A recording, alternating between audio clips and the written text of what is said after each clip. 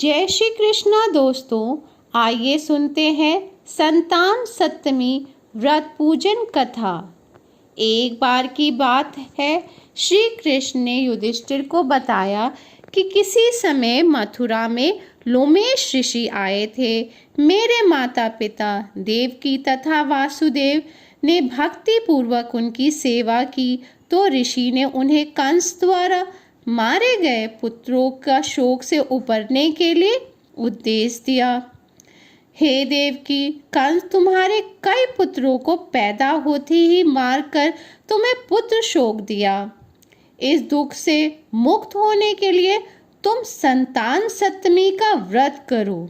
राजा नहुष की पत्नी चंद्रमुखी ने भी यह व्रत किया था, तब उनके भी पुत्र नहीं मरे। यह व्रत तुम्हें भी पुत्र शोक से मुक्ति देगा। तब देवकी जी ने पूछा कि हे देव, मुझे यह व्रत का पूरा विधि विधान बताने की कृपा करिए, ताकि मैं विधि पूर्वक यह व्रत संपन्न करूं। लोमेश ऋषि ने उन्हें व्रत पूजन विधान बताकर व्रत कथा भी बताई। नहुष अयोध्यापुरी का प्राप्ति राजा थे। उनकी पत्नी का नाम चंद्रमुखी था। उनके राज में विष्णुदत्त नामक एक ब्राह्मण रहते थे। उनकी पत्नी का नाम रूपवती था।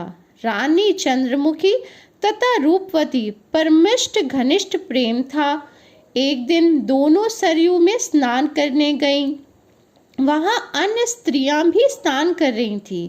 उन स्त्रियों ने वहीं पार्वती जी तथा शिव जी की प्रतिमा बनाकर विधि पूर्वक उनका पूजन किया। तब रानी चंद्रमुखी तथा उन स्त्रियों से पूजन का नाम तथा विधि पूछी। उन स्त्रियों ने में से एक ने बताया, हमने पार्वती सहित शिव की पूजा की है।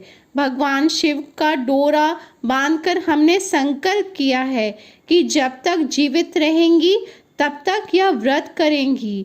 यह मुक्त भ्रमण व्रत सुख तथा संतान देने वाला है। उस व्रत की बात सुनकर उन दोनों सखियों ने भी जीवन प्रयत्न इस व्रत को करने का संकल्प किया। शिव जी के नाम का डोरा बांध लिया, किंतु घर पहुंचने के बाद वो संकल्प भूल गईं। फलत मृत्यु के पश्चात रानी वानरी तथा ब्राह्मणी मुर्गी की योनि में पैदा हुई।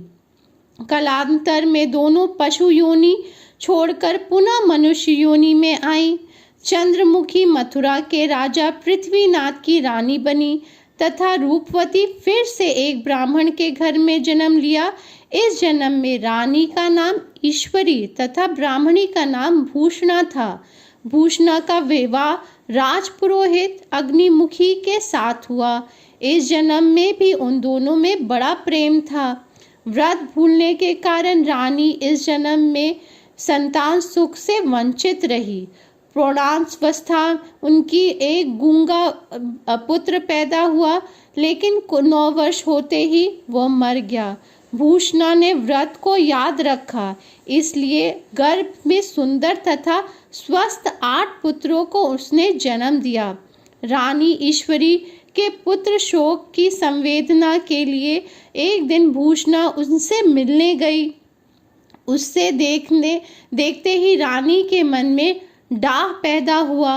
उसने भूषणा को विदा करने के बाद उसके पुत्रों को भोजन के लिए बुलाया और भोजन में विष मिला दिया।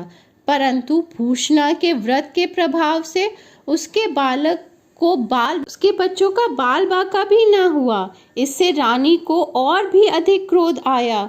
उसने अपने नौकरों को आज्ञा दी कि भूषणा के पुत्रों को पूजा के बहाने यमुना के किनारे ले जाकर गहरे जल में ढकेल दो। किंतु भगवान विष्णु, शिव और माता पार्वती की कृपा से इस बार भी भूषणा के बालक व्रत प्रभाव से बच गए। परिणामतः रानी ने जल्लादों को बुलाकर आज्ञा दी कि ब्राह्मण बालकों को वधस्थल पर ले जाकर मार डालो। किंतु जल्लादों द्वारा बेहद प्रयास करने के बाद भी बालक ना मरे। यह समाचार सुनकर रानी को आश्चर्य हुआ। उसने भूषणा को बुलाकर सारी बातें बतलाई।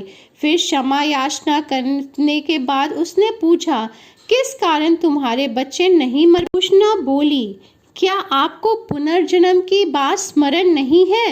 रानी ने आश्चर्य से कहा, क्या? नहीं, मुझे कुछ याद नहीं है। तब उसने कहा, सुनो, पुनर्जन्म में तुम राजा नहुष की रानी थी और मैं तुम्हारी सखी।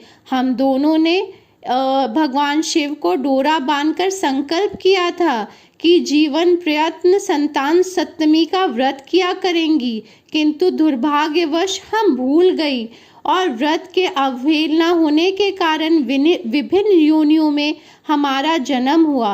अब फिर मनुष्य जन्म की प्राप्ति हुई है।